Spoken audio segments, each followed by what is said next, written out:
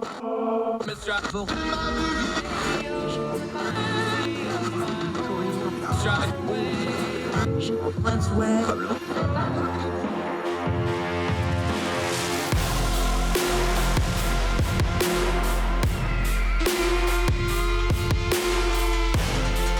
your host, Andrew Donaldson. This is Heard Tell.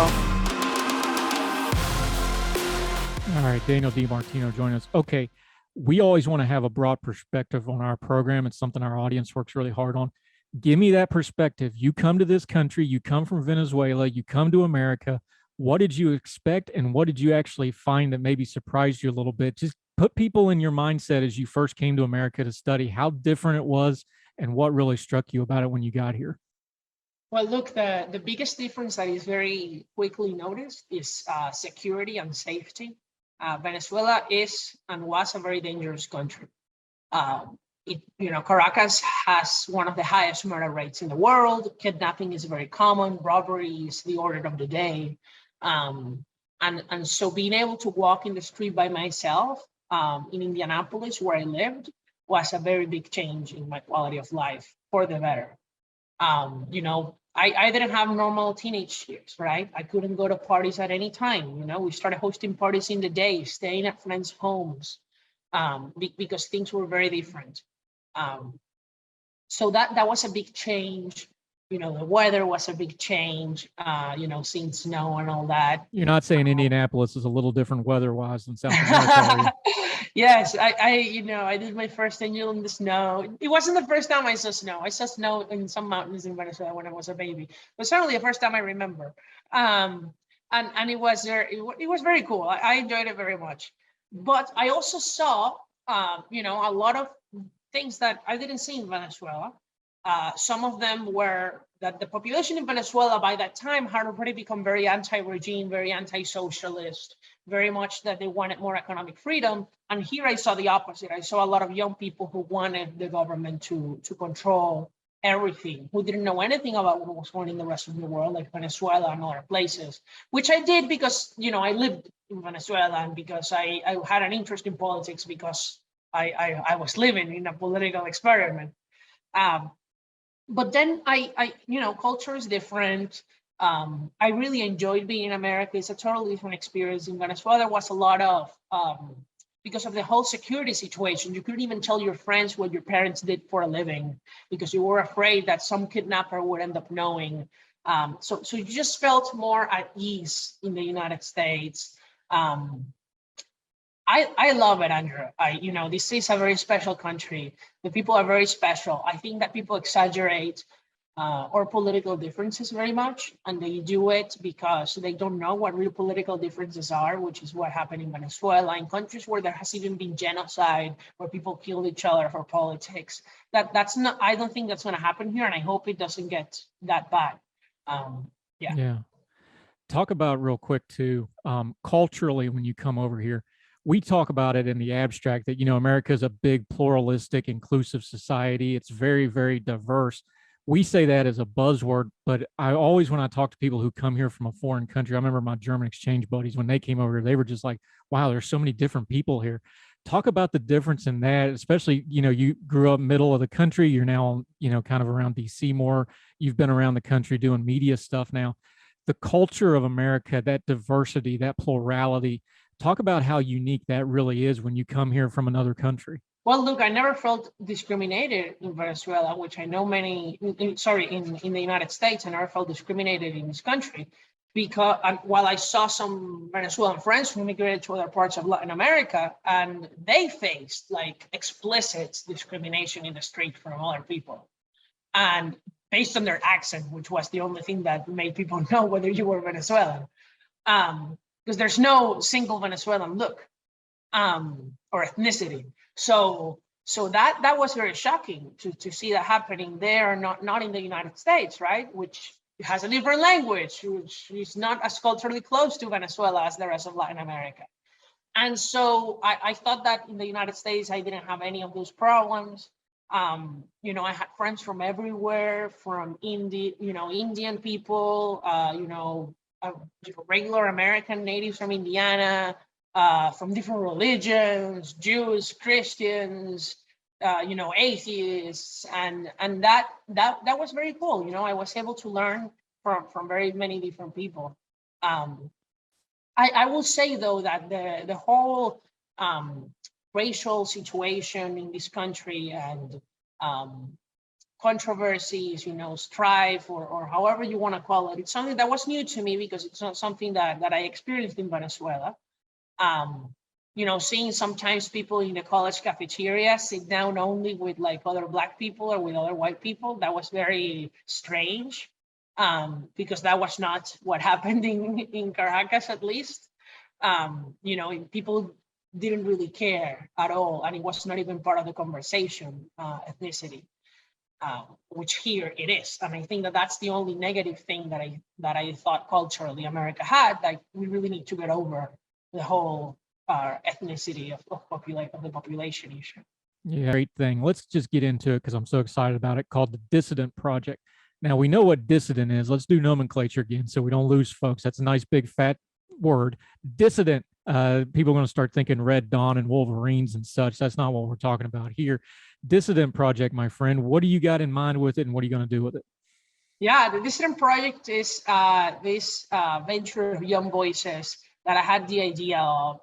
And we got together a group of 8 people, including myself, from socialist countries in America: Venezuela, Cuba, North Korea, and Hong Kong, which was recently taken over by the Chinese Communist Party.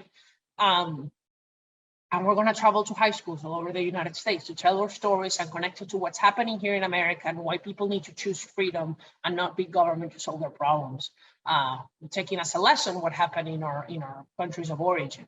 Why is that important? Because recently Florida passed a law that requires public high schools to teach about communism, totalitarian systems, and even more recently, it requires 45 minutes of instruction, including firsthand experience from people who lived in those places, to the students once a year. That means that there are over 2,000 high schools in the state of Florida who will need to teach about this. And what a better resource than the Dissident Project to bring speakers to our school, which we have thanks to a group of donors to Young Voices. We're going to travel there for free. They're going to organize the trips, and we're volunteering our time to serve the schools and to talk to the students, which is something that I've loved doing already and I've done before, but now we're going to do with more people.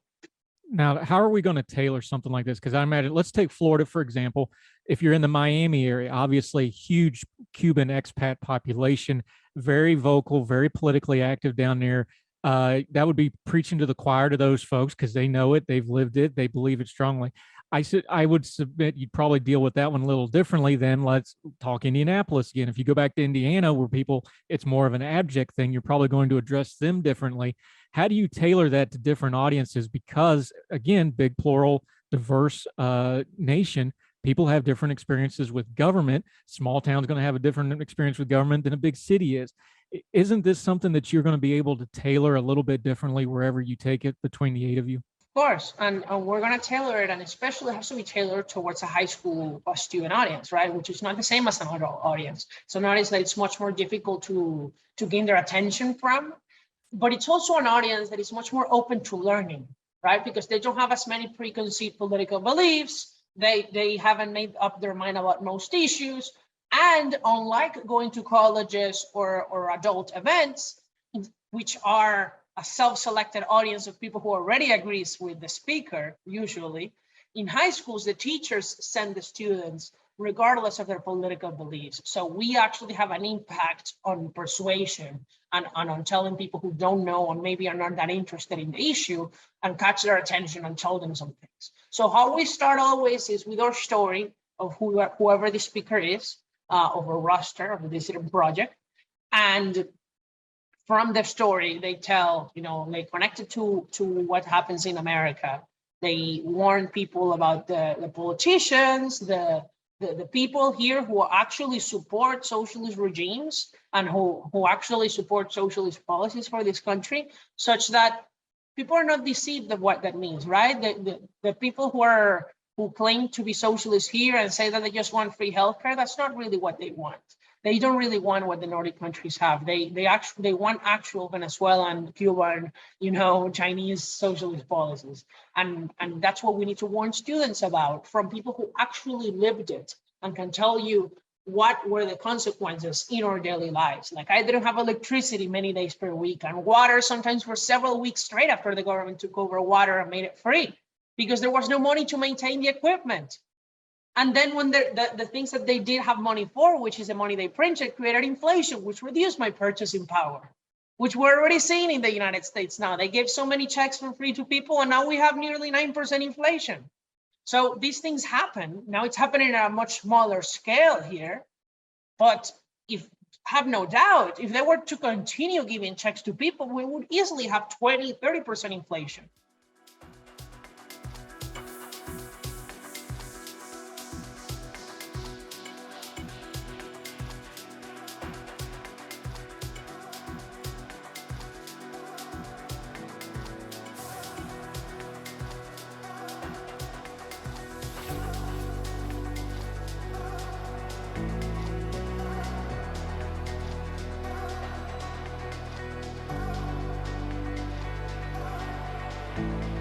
Welcome back to Heard Tell.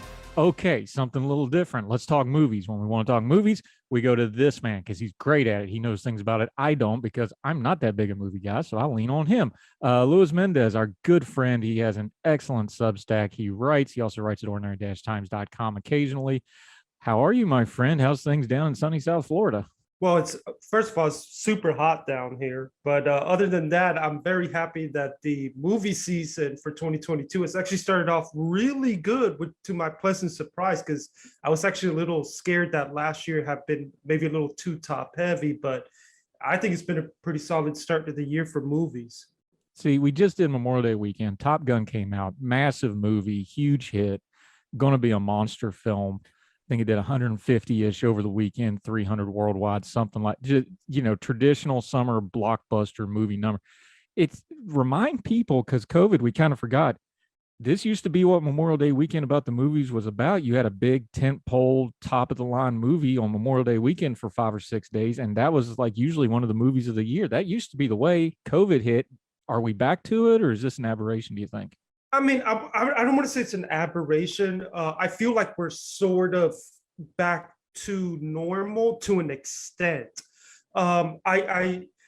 We've been seeing a trend, and this has been going on even before COVID, and I think maybe COVID kind of accelerated it, where people are being much more limited in what movies they're going to go see. And a lot of that is because, understandably, folks notice that the theatrical window isn't as long as it used to be. After a movie comes out in theaters these days, 90 days or so, it's already available on streaming, or it's already showing up at their store on DVD. So I think people are being more limited in what movies they actually go to see in the theater. But there's no doubt about it that COVID hurt the box office and accelerated these trends. What I'm very happy to see Top Gun doing this is, look, as much as I love and have a lot of fun with the MCU movies, it is really nice to see a non-MCU movie getting this kind of box office, especially a good movie like this. I'm very happy for Top Gun and Paramount, especially because they've been having some rough times the last couple of years. I think they're having a really good 2022 between this, The Lost City, the Sonic movie. They've got a major awards contender coming out at the end of the year. I think that if anything, this shows that if you can make a good enough movie with enough word of mouth, you can compete or do respectable even against the big superhero movies that everybody's going out to see. And we're even seeing this with smaller movies, because there's a great movie that I would recommend people check out called Everything Everywhere All at Once that came out. Small movie, indie film. This movie's legs have been history making. It's not making ridiculous money, but the legs have been there because of the great word of mouth.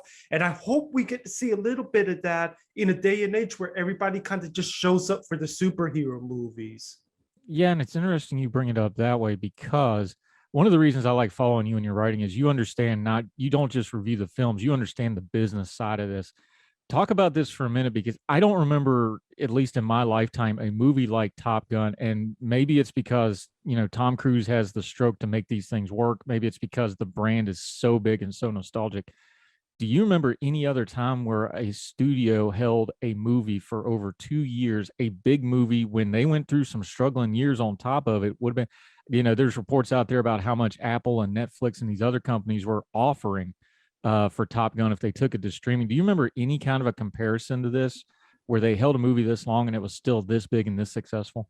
This long, but I know that this is not the first movie that was held back because of the pandemic, that there were rumors of streaming services getting involved and getting it. I mean, I think that the latest James Bond, there was talk about Amazon streaming it. Godzilla versus Kong, there was talk about Netflix buying that from Legendary. I know that the Dune, there have been some talks about that, which led to the director kind of speaking out.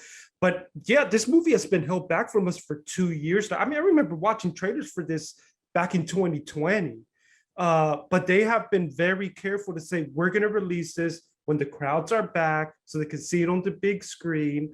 And it's paid off big time for them, because not only is the movie a critical success, it's a financial success. And I actually think, spoiler alert for the next time I write up my Best Picture Oscar projections, I think it's a long shot, but not impossible contender to be that populist Best Picture nominee. That's how well I think this movie has been received. They're definitely going to get some technical awards, aren't they? Because I'll confess, and I'm somewhat known as not being a huge movie goer. I don't like the climate of a theater, but I went to this, and I went to it in IMAX. And I was telling you before we started, something like IMAX, when you have a live shot movie, for the most part, there wasn't a lot of CGI in this film. You could really tell the difference in the way this movie was shot. This was quite an epic achievement in movie making. I know a lot of it's technology from the first one 35 years ago, where they can put cameras in the cockpits and things like this. It's just spectacular just watching it visually. This was, aside from the plot and the nostalgia and Tom Cruise and the soundtrack, that movie visually is just one of the best things to just sit and stare at for 2 hours of anything I've ever seen on a big screen. Oh yeah, and I think it's one of the things that, say, like a Christopher Nolan has been generally good at, is that they're in this day and age of CGI to actually use some technical, real life stuff, which you just can't beat when you're trying to recreate something. I got to think that sound wise, at least this gets a nomination, at least sound. Worst case scenario, but I think it has the ability to perhaps even go beyond that. I mean, they played this movie at the Cannes Film Festival, so it's definitely got its eyes on everybody in the industry and regular moviegoers. Yeah, he won't get it, but I wouldn't mind seeing Miles Teller getting some kind of a nod on one of the lower level awards for something, because I thought he was great in that film. Oh yeah, I agree. But unfortunately, when it comes to acting awards, it's very hard for genre films to break through. If a genre film breaks through big, it'll usually just be based on the story and the movie itself. Unfortunately, we don't get those Heath Ledgers, Melissa McCarthy, and Bridesmaids sort of things. They're very rare. Yeah, but I thought that was an eye-popping moment for Teller, who's been really good for a while now. Yeah. But man, you take Anthony Edwards is a well-known actor. And that role is iconic. Everybody knows who Goose is. If you just say that, that's all you got to say, and everybody knows it. And man, he killed it. That's not easy for an actor to carry that kind of weight on a new film. And he transformed himself, and I thought it was pretty impressive myself. And I'm a fan, so I'm biased here, but if that doesn't work, that movie don't work. And he carried it. Yeah, and I even said in my written review that he did so well that I actually looked up just to make sure that Miles Teller was not Anthony Edwards' son, because he just was that well in the role. And it's nice to see Miles Teller finally, because he's a great actor, like you said, but unfortunately, some of his projects of late haven't been great. So I'm happy to see him in something good. I think the last thing I saw him in something really, really great was maybe Whiplash from a couple years back. And by the way, and this isn't really a spoiler because they show it in the trailer, but it is nice to see Val Kilmer again, especially with the troubles that he's been dealing with of late. And I think that really helped to come full circle into that relationship between Maverick and Iceman. Yeah, and we're not spoiling anything. Everybody knows he has throat cancer. This will probably be his last film role for all practical purposes. How good of an actor do you have to be to act after you no longer have the ability to speak? And he conveyed stuff with his facial movements and I thought he wasn't just there for filler. He did a performance, and it was, man, there wasn't a dry eye in that theater I was in when that like, as soon as they knew, like, oh, this is the Val Kilmer scene, like you could feel it in the theater. Like it was one of those visceral moments that you only get in the theater. And I know I bash theaters, but this was one on where everybody went, oh God, this is where Val is. And you could feel it out of the audience, and it was emotional. It was perfectly well done. There was just a little hint of comedy to take the edge off it. That's as good as seen from two real pros as you'll ever see, I think. Oh yeah, and it is one of those moments where I think it's able to create that audience that audience participation moment in the theater, that if audiences just kept quiet and had more of those, that people would understand the point of having a good time at the movies. And I will say that if any folks out there want to know more about Val Kilmer, the stuff he's going through, they're on Amazon Prime. There's a great documentary that came out last year called Val, and having seen that documentary before seeing this, it only really made me even more appreciate more that they were able to get him in this movie. Yeah, you could hear a pin drop, and I was watching it in IMAX, which is as loud as it gets. And there's, I don't know, 400 or 500 people in there. This is way bigger than a normal movie theater.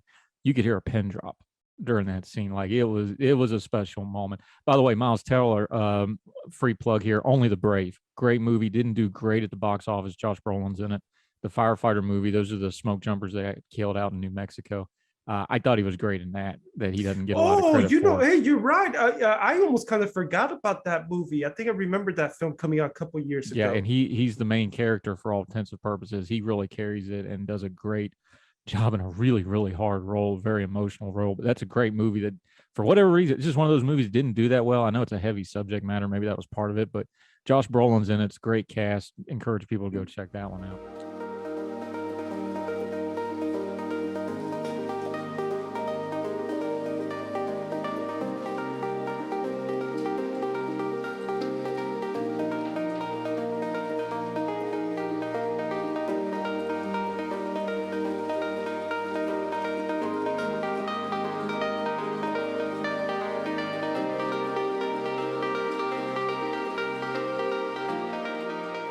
Back to Heard Tell, talking environmental and conservation and some policy stuff and some practical examples of how the market isn't just the big bad part of environmentalists. There's actually good stuff going on. We like to highlight good stuff. Kat Dwyer joining us. Okay, we talked fish and water. Let's get on dry land for a minute. Sustaining wildlife habitat. And you used an interesting example here that I've kind of been following for a few years because I find it fascinating.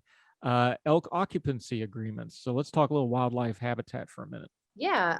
So the group I work with, PERC, partnered with another conservation group in Montana called the Greater Yellowstone Coalition. And the two of us worked with a private ranching family in a beautiful spot of Montana called the Paradise Valley. And we worked with them to conserve nearly 500 acres of their ranching operation to be designated elk winter range. So to provide a little bit of context around this, basically the private lands in a place like Paradise Valley provide a really critical service of providing habitat for a whole host of species, one of them being elk, which is a really important keystone species of what is known as the Greater Yellowstone ecosystem, which is one of the, if not the largest intact ecosystems in North America. So they provide this habitat, but doing so comes at a cost to landowners. Elk, their cattle have to compete with forage with elk. Elk knock down fences, and they also potentially transfer a disease called brucellosis, which causes cattle to abort their young. So providing this habitat comes at a real cost. And many of these ranchers are truly just like barely hanging on. And at the same time that they're dealing with this cost, there's really just sort of mounting urban development pressure. All of these damn Californians keep moving here to Montana, and they so there's just a huge pressure to develop a place like Paradise Valley. And if that happens, then these large private working lands are going to be subdivided into ranchettes and into, strip malls. And we will lose that wildlife habitat completely. So we're trying to find a way to conserve this habitat, conserve these migration corridors, and while at the same time recognizing the really valuable critical role that private lands play in providing habitat. So, this elk occupancy agreement is essentially a shorter term habitat lease. And it's an alternative to a more onerous model that the government puts forth, which are conservation easements. Many landowners are willing and able to manage their land for conservation and to provide habitat. But the conservation easements that the government offers require conservation in perpetuity. So that's comes with a lot of strings, and not a lot of landowners are willing always to go with that agreement.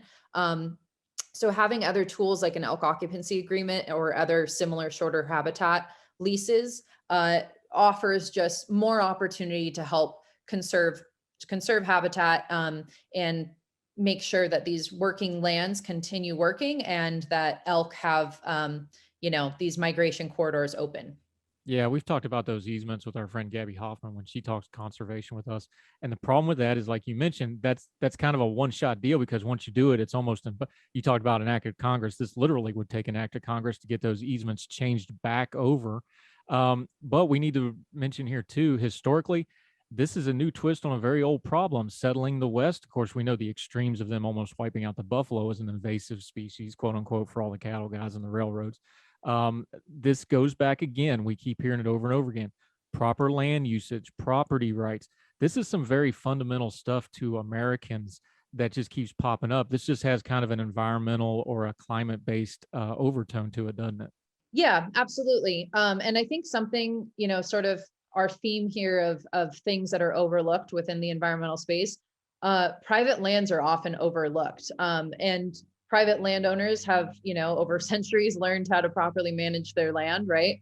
And they're really our partners in conservation. And like I said, the reality in a place like Paradise Valley, and this is an issue that's happening all across the West, it's really a choice between urban development or keeping these private lands working, which keeping them working means these are large open landscapes. They provide habitat. They also provide, food, which is critically important. So there's a lot of value there. And a group like PERC, like we don't view them as our enemy. We view them as our partners in conservation. Yeah, and it doesn't matter what the issue is, whether it's social justice, education, anything. A lot of this stuff starts with a breakdown when government and the private sector don't see each other as partners and start becoming adversarial. It's kind of a universal theme, and it applies here as well to especially land use out west, where it's a real issue and been an issue from the beginning. I figure it'll be an issue for a long time to go. Okay, let's talk some trees. Problem with trees are, I just had to trim some off my property. Is a tree close to your house is a bomb waiting to go off. Out west, they're fuel for wildfires. The perception is wildfires are getting worse and worse. There's also data saying that they're getting worse and worse. You brought it up that there's some market stuff trying to address this and not just the usual government programs, because frankly, and I don't want to go down this rabbit hole too far, forest management is one of those things nobody wants to talk about until something's on fire, and then nobody wants to talk about it afterwards, but it's vitally important, isn't it? Oh, it absolutely is. Yeah. So to provide a little context on what is often described as the wildfire crisis, wildfires are getting larger and hotter, in large part as a result of over a century of fire suppression policy from the Forest Service. Basically, that policy of putting out all fires as quickly as possible disrupted natural fire cycles. I think it's worth noting that wildfire is a really important part of a forest ecosystem. It has regenerative benefits. And so our suppression policies disrupted natural fire cycles, and it led to a buildup of fuel sources in our forests, which means there's more fuel for a wildfire to consume. Therefore, the fires burn hotter and longer. Also, the wildfire season is sort of expanding, especially as we see drought conditions throughout the West. So fires are starting earlier and they're lasting longer into the fall. So this problem has been growing, and the Forest Service has identified 80 million acres in need of restoration. That's their backlog right now. 63 million of that 80 million have been identified at severe risk of catastrophic wildfire. So that's a huge backlog.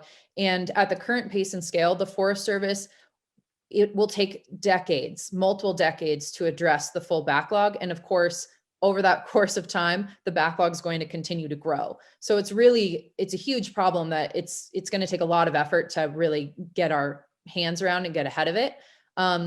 And thankfully, the private sector, some really interesting, innovative financial tools have emerged that are helping increase the pace and scale of that restoration. One group that's doing this is called Blue Forest, and they, in partnership with the World Resources Institute, pioneered what's called the Forest Resilience Bond. And it's a simple model, but it's brilliant. It basically brings stakeholders together to fund this kind of work. So they pool money from like an impact investor or an insurance company to put the money up front for the bond to get the restoration work done. And then stakeholders who would benefit from forest restoration, like a water utility in a particular municipality, they agree to pay back the bond at a reasonable rate of return once the restoration is complete. So it's a really cool model to just get capital on the ground to increase the pace and scale.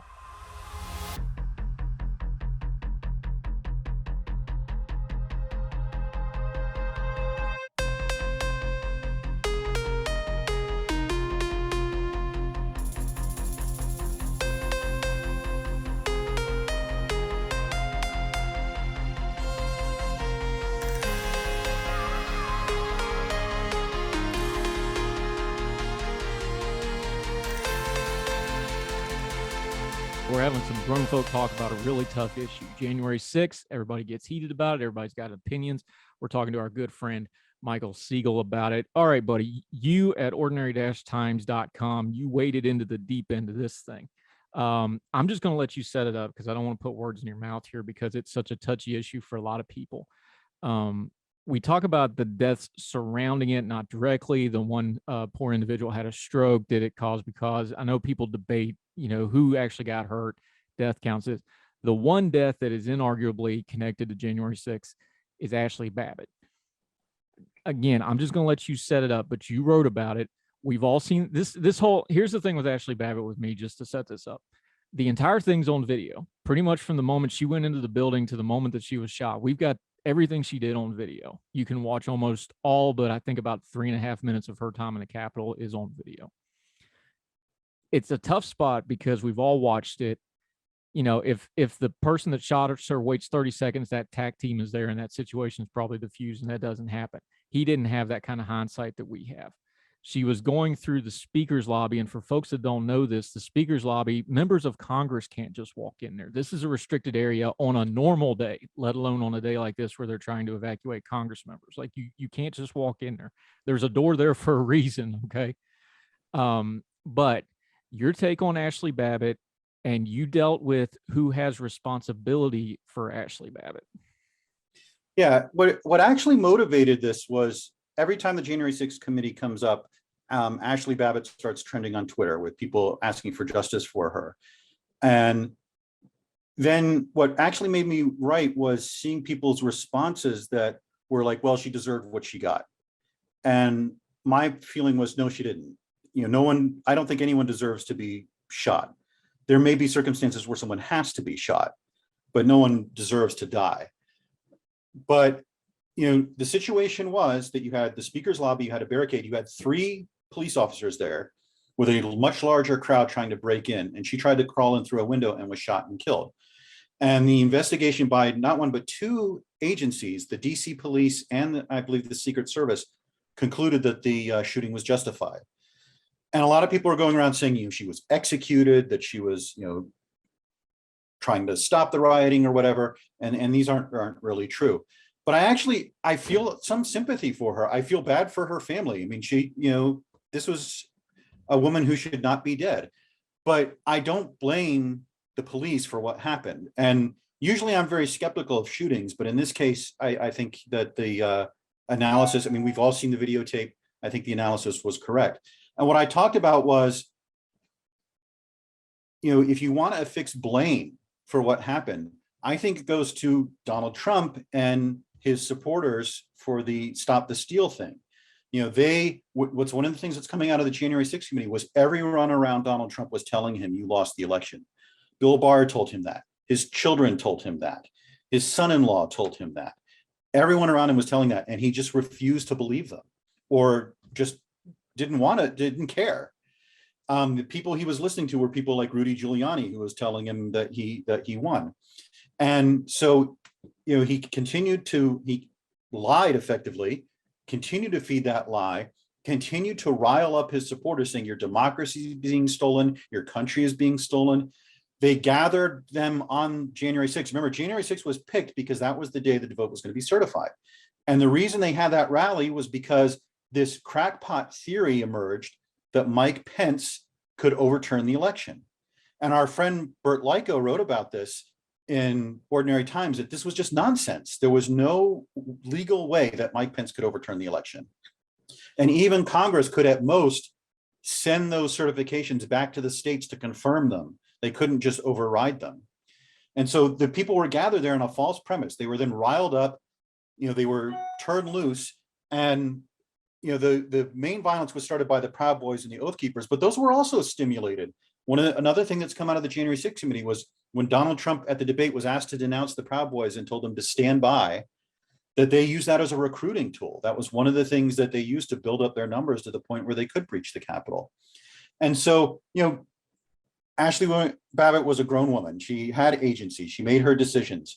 But I think you have to put some responsibility on the people who gathered a mob, set them loose, knowing that violence might happen, that someone might get killed. They didn't specifically single out her, but they set the mob loose in a circumstance that might result in people dying. And there's a very specific legal definitions of who's responsible, incitement, and all those. Again, our lawyer friends write about that. So there's not a legal responsibility, but there is, I think, a moral responsibility for what happened. There's a line in the Bible I'm fond of quoting that you shall not put a stumbling block in front of the blind, which is interpreted by most sages to mean don't put people in positions where they're tempted to do bad things. Don't provoke people to do bad things. And I think in this case, with 2 months of lies and the rally and everything else that was going on, that created a situation where someone could die. And so if you want to put responsibility on people, I think that's where at least some of the responsibility goes. Not a legal responsibility, but a moral responsibility.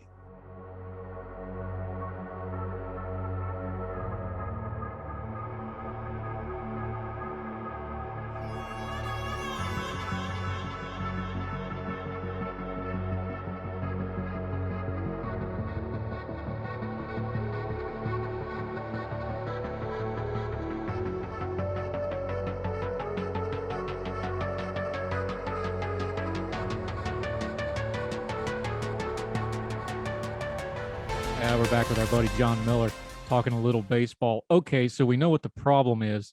We know that the money's an issue.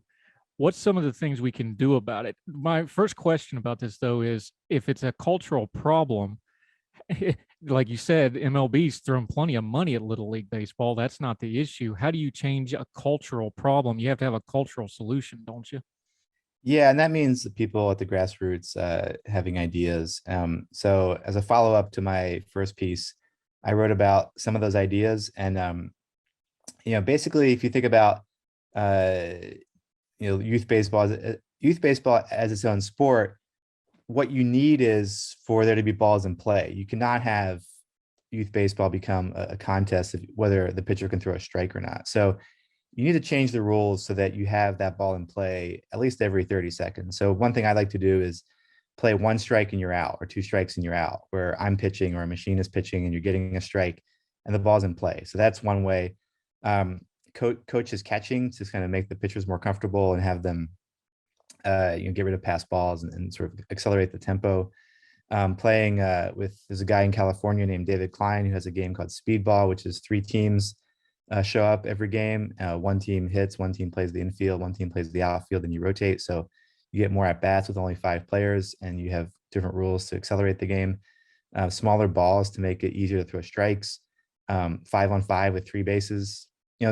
People think that baseball is kind of etched in stone and handed down in the Constitution, but it's actually a very malleable game, and there were lots of rule changes in the 19th century. And I think you just have to change the rules until it is exciting again. And if it's not, then why would a kid want to play if it's just standing there? I don't know if you know the Peter Paul and Mary song "Right Field." They sing, "Playing right field can be lonely and dull. Little leagues never have lefties who pull." And so it's a song about a kid just standing there, and all of a sudden the ball comes out to him, and he's just shocked. So yeah, baseball should not be that picnic. It should be fun and rhythmic and have good pace to it. And so you need to, again, change the rules so you get that pace. Now that's something that football has done in America, especially now. We talked about how that's become a clinic kind of sport. They play 7-on-7. You do clinics, you go to things like that. It seems to me like something like that, because it sounds like, well, that's not the real game of baseball. No, but what it does do is the one thing that's really hard to get Little League to do is it builds a skill set, but it still does it in a fun way that doesn't drag like a full-blown game does. Yeah, that's really smart. I should look into that. I don't know that much about football, but yeah, that seems like they're kind of forced to, I guess, because the grown-up game is so insane. So you need to modify it. But yeah, I'm all for just making up stuff that works in the moment, and not trying to be too traditionalist, because eventually, if they're good, they'll be able to play at the higher level in the real game too. Yeah, John W. Miller joining us. Now, you have one suggestion that I think is a great suggestion, but let's be honest, baseball can be a little stodgy. They can be a little traditionalist. They can be a little slow to change. But I think you have a good suggestion here. You talk about the coaches at the Little League level. It's set in stone that they're not to be paid, but this is something that should probably be changed because, and you had a great line in there, is like, well, you don't expect free violin lessons. Why would you expect free baseball lessons? Should they have some kind of a standardization of coaching? Well, yes. It seems like it's going to be hard to fix this problem if you don't admit that your average parent, with all due respect, is probably not a qualified baseball or softball coach. And by the way, when I say baseball, I include softball, and I include girls sports. So there should be a middle ground between a private club where somebody's making, and there are club owners, by the way, who make hundreds of thousands of dollars. And so there should be a middle ground between the volunteer parent who knows nothing about the sport, and then the private club where it's $3,000 or $4,000 to play. And so I think it would be reasonable to have a fee that would be say $300, which is manageable for almost all families, if in the broad per year, in broad sense, and then paying coaches something. And so then you can get some qualified people, and you can demand a kind of performance and demand a kind of pace and demand a standard of fun and excitement that you don't get if it's a parent who does not know what they're doing and just standing there. And it drives me crazy when I see a dad standing at home plate hitting a ball to one kid at a time, and while 8 kids just stand there. So I bring up the European kind of club model, where it's often a public field or kind of a public structure, but you're paying the coaches, and the fee is somewhere between the Little League, $50 or $100, and then the private club $3,000 or $4,000. All right. One of the things we always appreciate about you is you find these great human interest stories. Give me a couple that you found writing about this, about baseball. Give me 1 or 2 of the great individual people that you met that really bring this to life. So I mentioned Nelson Cooper, who's an African-American man in his 20s, who, when he moved to Pittsburgh, was disappointed not to find baseball. And so he started out with a group of kids and just running practices and games. And now he has 80 kids playing all kinds of levels, and is sending a kid there's a kid from that program going to play shortstop at a major college. There's just a sort of culture and community that he's built around it. And I really admire that. I interviewed former Major League catcher Charlie Green for this story, and Charlie grew up in Miami.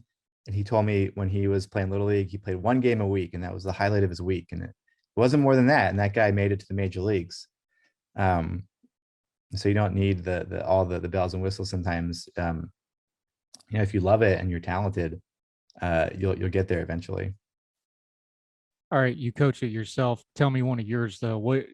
just put it on a human level for me. You're a great writer, which is why we always enjoy talking to you. But tell us what you get out of something like Little League and working with the kids. And I mean, it's a game, it's a sport. You're helping kids. What does it mean to you, though?